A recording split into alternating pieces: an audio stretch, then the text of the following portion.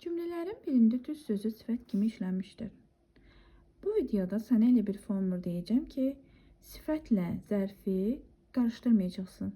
Deməli, düz sözü həm sifət kimi, həm zərf kimi, həm də ədat kimi işlənir. Deməli, düz sözü nə zaman zərf, nə zaman sifət olur, bu testdə izah edəcəm. Murad maşını düz evin qarşısında saxladı. Burada düz nədir? Düz sözü əgər dediyim kimi lapla əvəz olunursa, lap söz ədat olur. Demək, burada düz evin. Düz nə olur burada? Ədat kimi işlənib. Düz söz söyləməyi sevərdim. Demək, düz söz formul budur.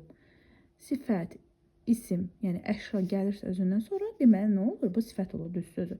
Düz söz, hansı söz düz söz özündən sonra və yaxud da düz söz necə söz? Əşya gəlib. Ona görə də cavab B variantı. Niyə görə C olmur? Əgər oturaq düz danışmaq hərəkət gəldiyi üçün artıq bu zərfdir. Yenə də əlvan don geyinib, mül düzü, mığan düzü. Burada da eyni ilə.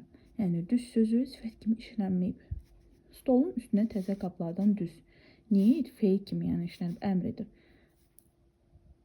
Video bəyənin və paylaşmağı, abunə olmağı unutmayın.